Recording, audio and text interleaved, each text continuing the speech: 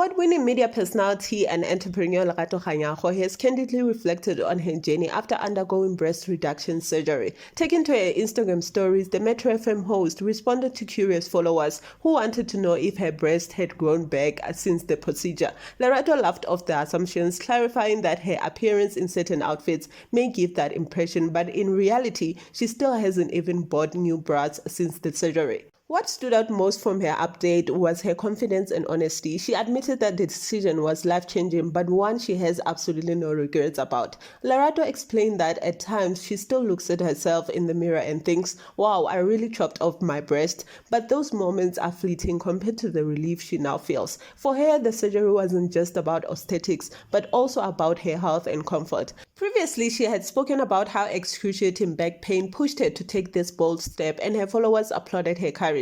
Many fans agreed that her choice was both empowering and inspiring, with some highlighting how brave she was to share such a deeply personal journey publicly. I admire Lerato's openness in a world where celebrities often shy away from speaking about medical or cosmetic procedures for fear of judgment. She has embraced her story with confidence. It also sparks a broader conversation about body autonomy and health, reminding us that sometimes these decisions are less about beauty and more about improving one's quality of life. While critics argue that she should have kept it private, her willingness to be transparent has given others the courage to talk about their own struggles. Lerato continues to embody strength and authenticity, proving that living your truth is always the best choice.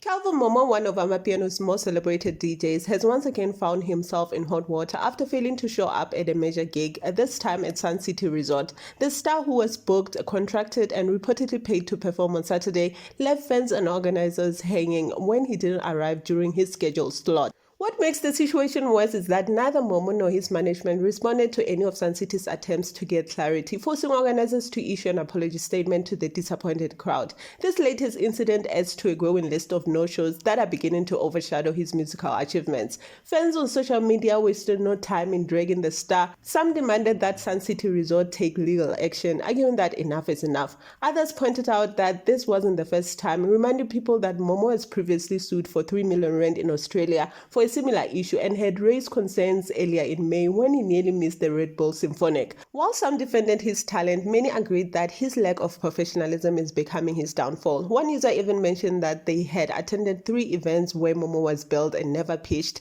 while another said they personally booked him and were left scrambling to find replacements after he dodged calls. I think this pattern is deeply concerning. Kelvin Momo is undeniably one of the finest talents in Amapiano movement, but talent alone isn't enough to sustain a career. Professionalism and reliability are equally important. The music industry is built on trust, and when artists repeatedly fail to honor their bookings, they do not disappoint fans but also burn bridges with event organizers. If Momo doesn't address this issue soon, he risks damaging his brand beyond repair. South Africans clearly love his music, but patience is wearing thin, and sooner or later promoters may decide that risk of booking him simply isn't worth it. American R&B superstar Joe Thomas has been honored in South Africa with a Hall of Fame star at the brand new Ndlala Mall in Pretoria, Sunnyside. The moment was historic as Joe became the very first artist to receive this recognition at the luxurious new development. Arriving in style with high-profile motorcade, his presence brought an undeniable touch of Hollywood glamour to the mall's official walkabout just days before the mall's 2-day grand opening celebrations. For Joe, the honor was more than just a symbolic gesture. It was also a chance to reconnect with South Africa, a country he holds close to his heart. He admitted that during past performances in the country, sound issues left fans disappointed, and he has been eager for another chance to deliver the show his supporters truly deserve. Interestingly, after the disappointing sound cliches at his last show, Joe revealed that he took a short break in Zimbabwe to rest and reflect. Now revitalized, he is ready to headline the Ndlala Mall grand opening, a massive event that blends shopping, lifestyle, entertainment and fashion under one roof. Developed by entrepreneur Ndlala, the mall also features luxury apartments and hotel suites, and making it a unique lifestyle destination. With Joe leading the performances, the grand opening is shaping up to be a landmark cultural moment in Pretoria. And that's a wrap on today's Buzz. If you enjoyed the drama, show some love with a like and a subscription. New stories are always brewing, don't miss out. See you on the next video.